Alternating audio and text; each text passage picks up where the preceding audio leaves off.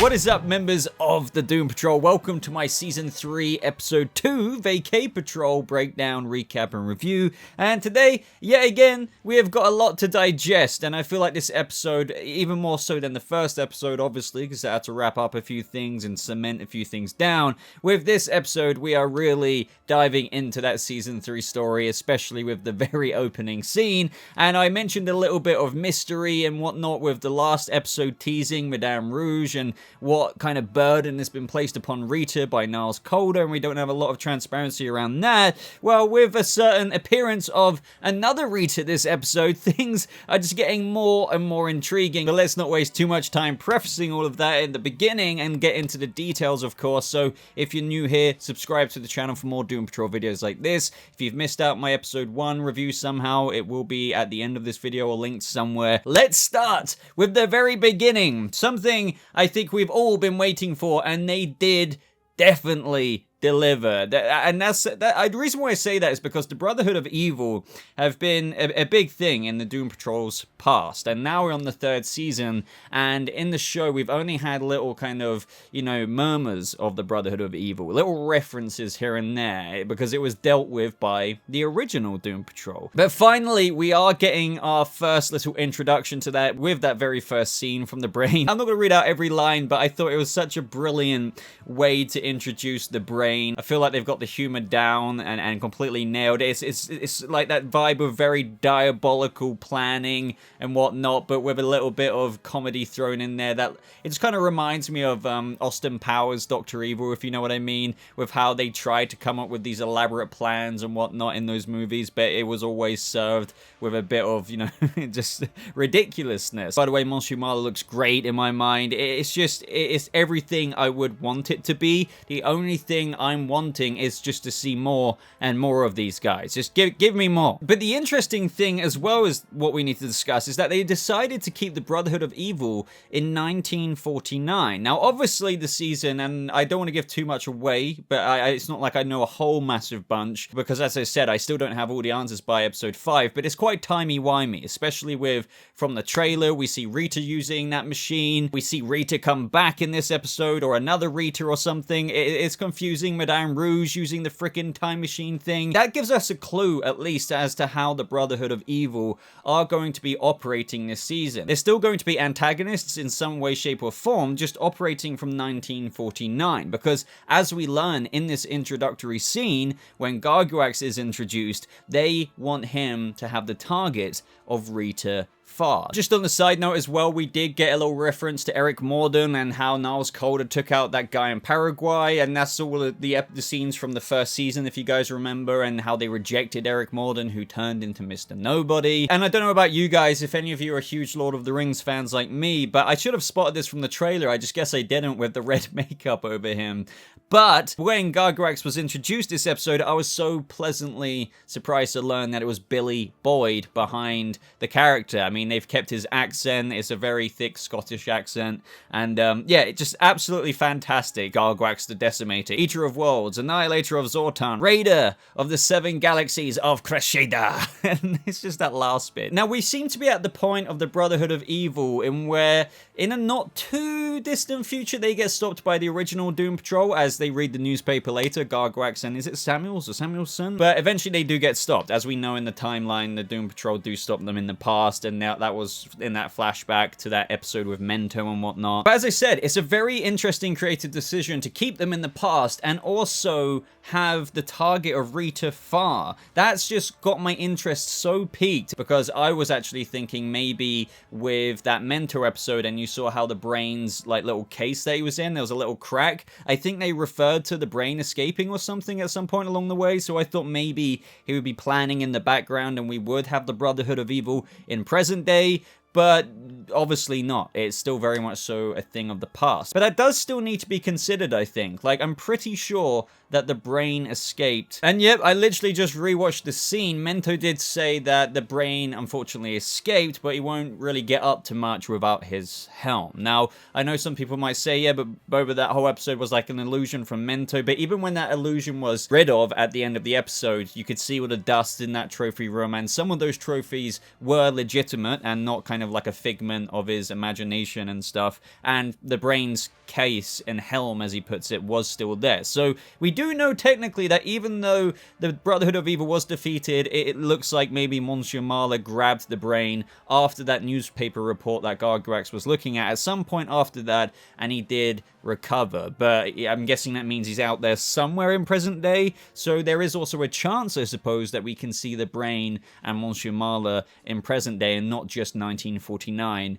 from where the first scene picks up. And so Garguax and freaking Billy Boyd, I guess, because I can't freaking remember the name, go to the vacation place where the Doom Patrol go in present day, which is kind of making me think, why do they choose to go there and stay there ever since, unless they were given the intel that they would be there, well, or Rita would be there at some point in the future, because this is kind of the memey thing, and where I feel a bit bad for Garguax, funnily enough, because he's, in this depiction, it's quite funny how that he's meant to be this eater of worlds, but really just gets on with everyone.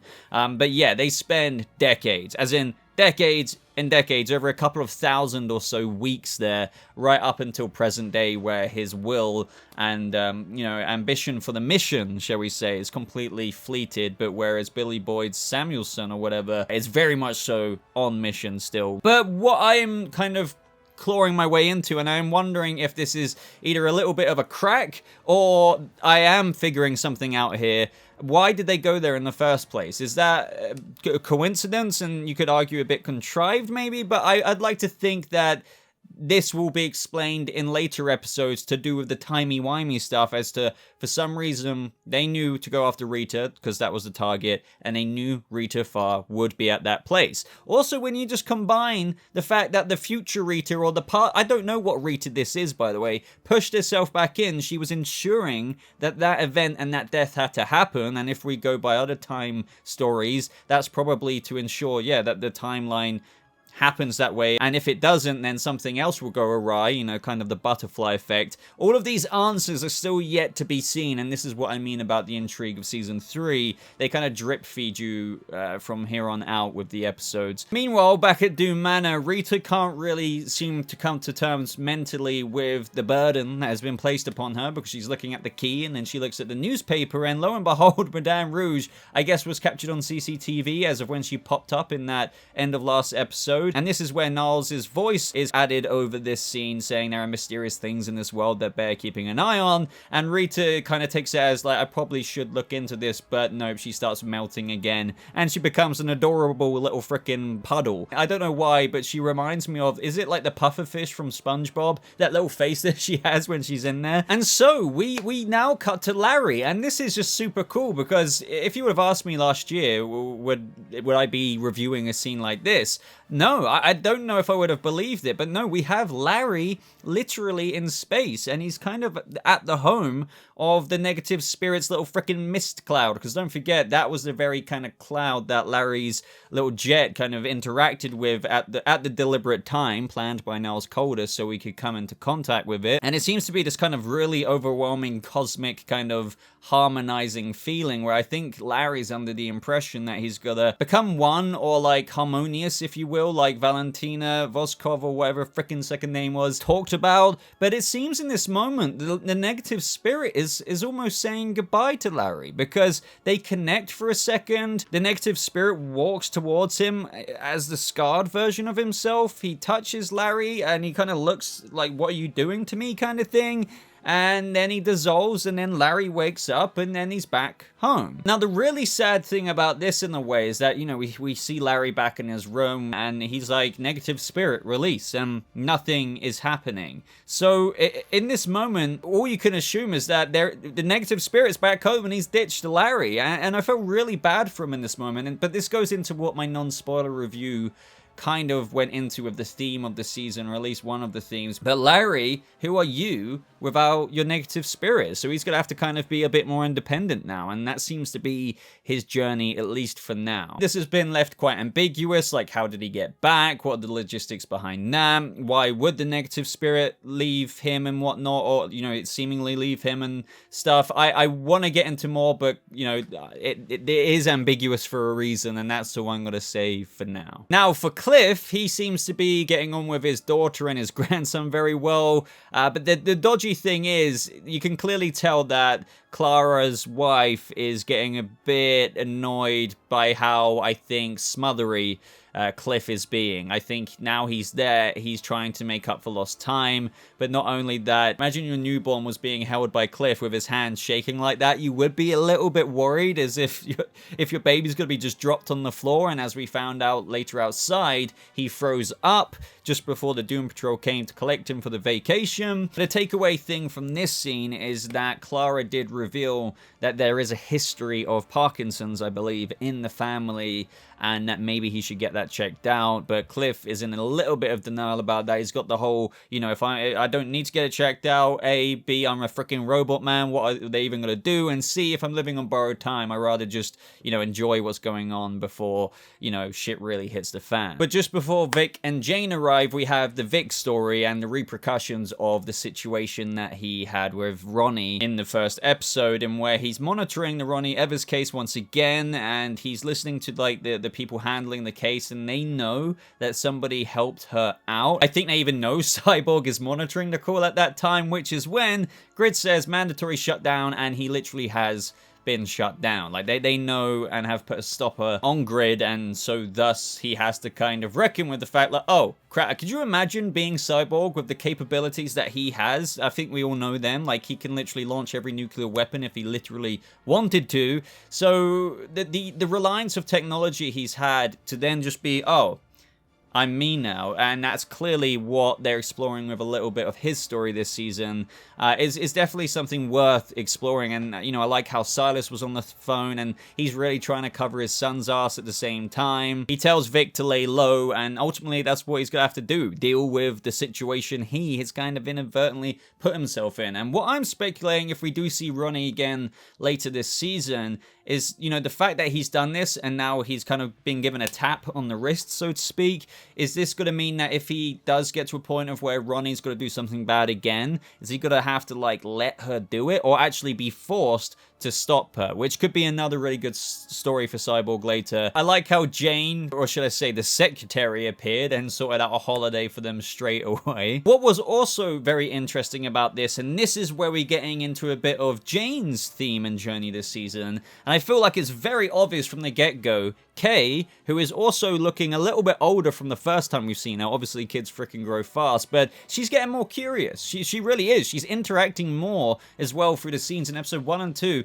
than I think we've ever seen her interact before. Usually, Kay is the one just doing the puzzle on the floor and doesn't really always interact with the other personalities so much, but now she's using that looking glass to look out into the real world, to kind of see through the primary's eyes, because she's curious. And what is also really cool is that she seems to be looking out for Jane, because Jane has been somebody who's protected her for a long time, and seeing her deal with the death of Niles Calder and, everything she's endured on behalf of Kay to protect the girl, as Jane likes to put it, I think it's starting to spin around on the other side, and where Kay, encourages her to go on the vacation. She says, I think we should go, I think it might be good for you. So yeah, ultimately Kay is looking out for Jane, but I do feel like we need to pay attention to how she seems to be a bit curious about the real world as well, and also what would it mean ever if Kay was to also want to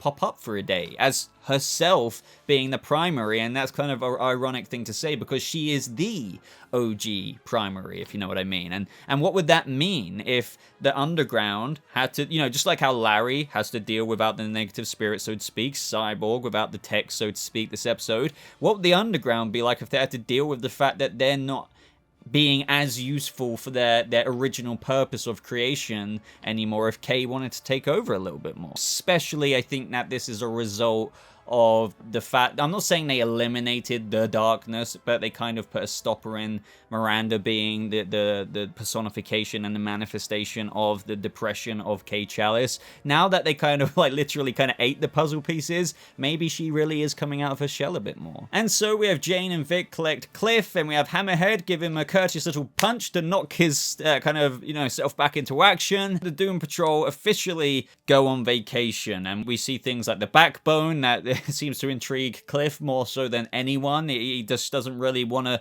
This is probably more about he doesn't want anything to stop him. So if he feels like he can't do that, maybe he won't be able to do the other things that are kind of echoing out of what's happening with his hand. The whole discussion between Cyborg and Cliff anyway was really insightful from Cliff's end, which is not something you see all the time, but when it comes from Cliff and delivered by Brendan Fraser, shall I say, I often feel like those moments are very profound, and usually that's what creates such a love from the audience between Cliff and Jane.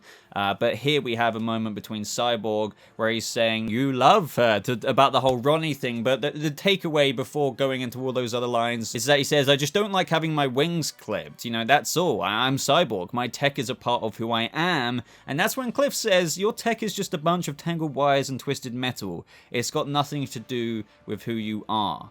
Trust me.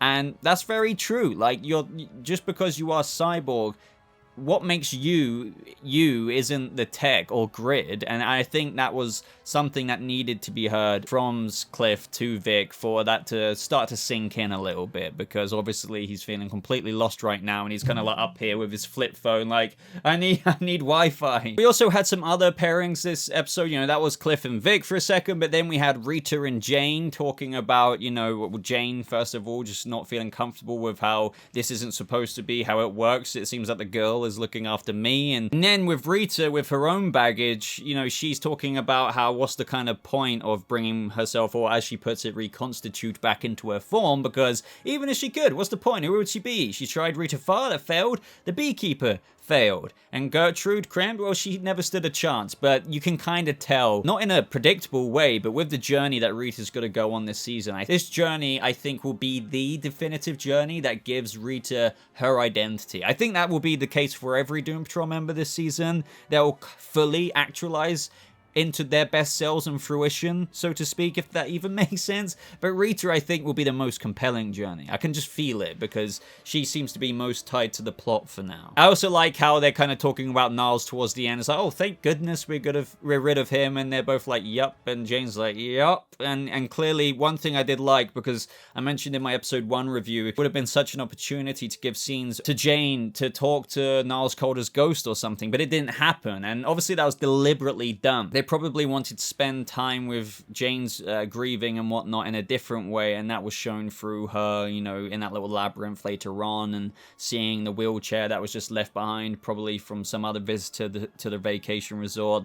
You see her digesting things in a little bit of a deeper way, rather than having a literal conversation with Niles. This next scene is probably one of my favorites, just because, you know, I don't think I expected Garguax to be the way he was anyway. He seems like a big, nice guy at the end of the day, despite having all of these, you know, mythical kind of world-eating titles that he has.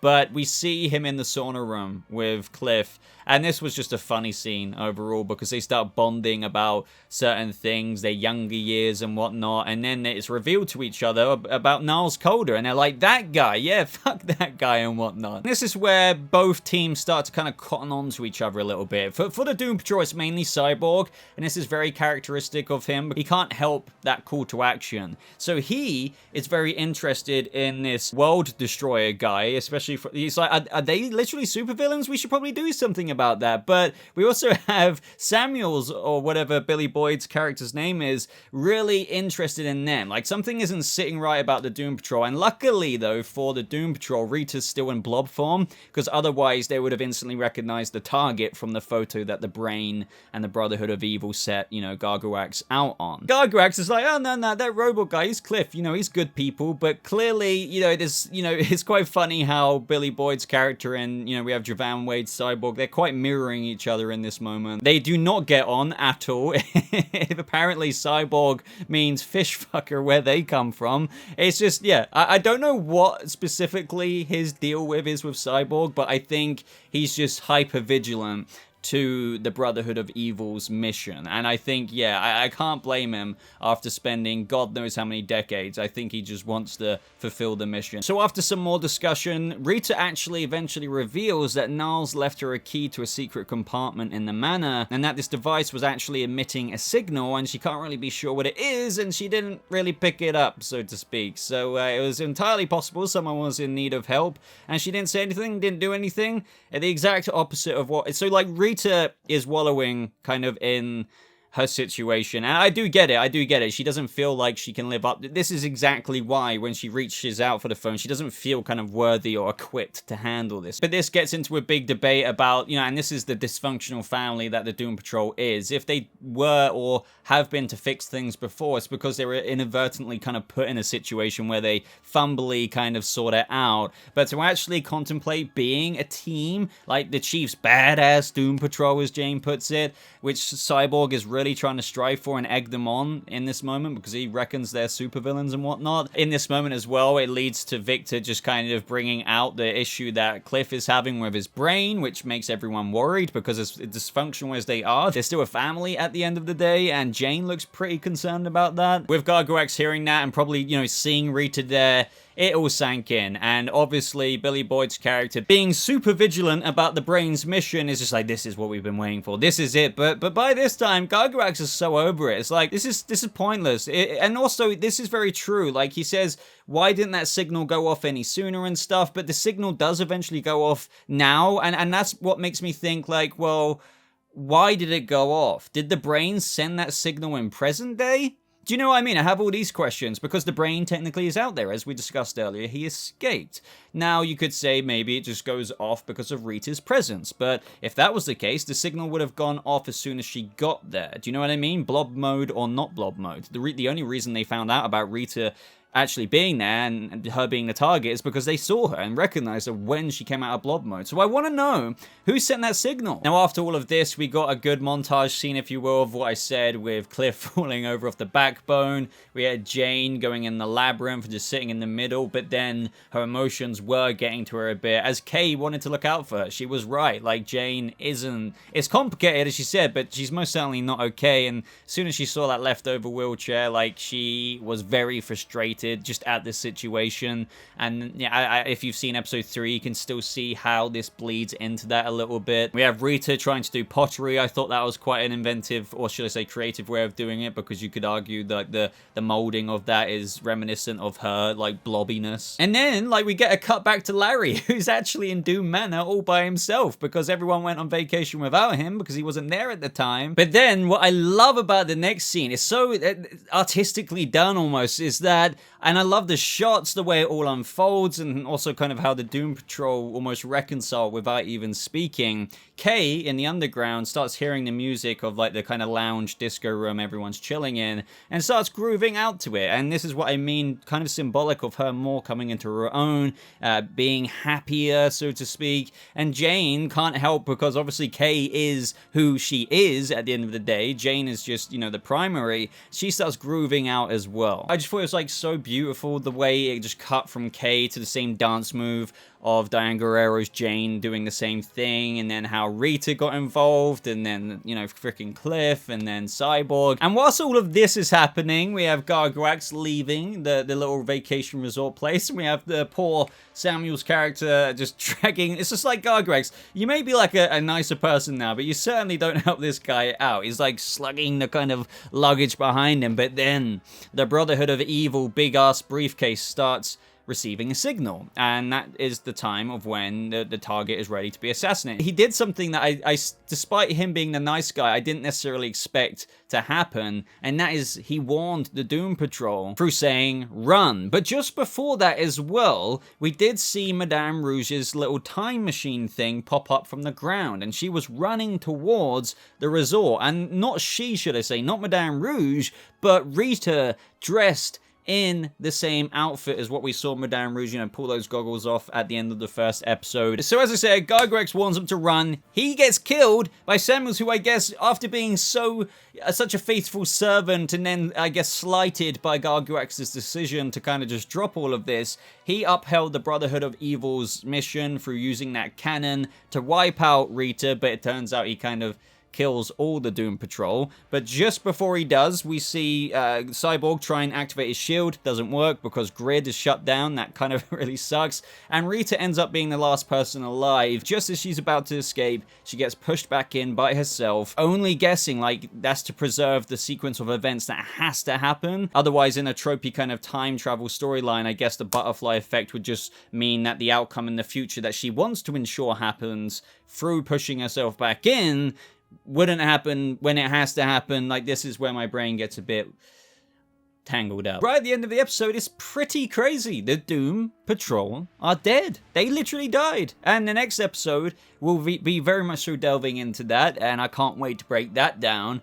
But yeah, like, it's kind of crazy, and I do wonder if we're going to see, because we see Billy Boyd, Samuel's kind of gathering the bodies together, are we going to see him again? I would love to see more of Billy Boyd's character in this show, because he was just so funny. And at the end of the day, he's done something which is pretty kind of mad. Like, he succeeded in murdering all the members of the Doom Patrol. So, you know, he should be probably quite a high rank in the Brotherhood, if you ask me. But other than that, that is where we left off this episode. So everyone, leave me your thoughts down in the comments below. I read every single comment. Let me know what your thoughts were at the end of this episode. Let me know what you're thinking theory-wise. What is the Brotherhood's bigger plan? Why do you think they sent the target, or, you know, the message out to kill Rita and whatnot to Garguax and everything like that? As always, links are in the top pinned comment where you can follow me on Twitter and everything good like that. But seriously, thank you so much for watching. My episode 3 review, if you're watching this as of when it comes out, will be up probably tomorrow. But yeah, thank you so much everyone for watching. I hope you all have a lovely rest of your day, and I'll see you members of the Doom Patrol in the next video. Goodbye.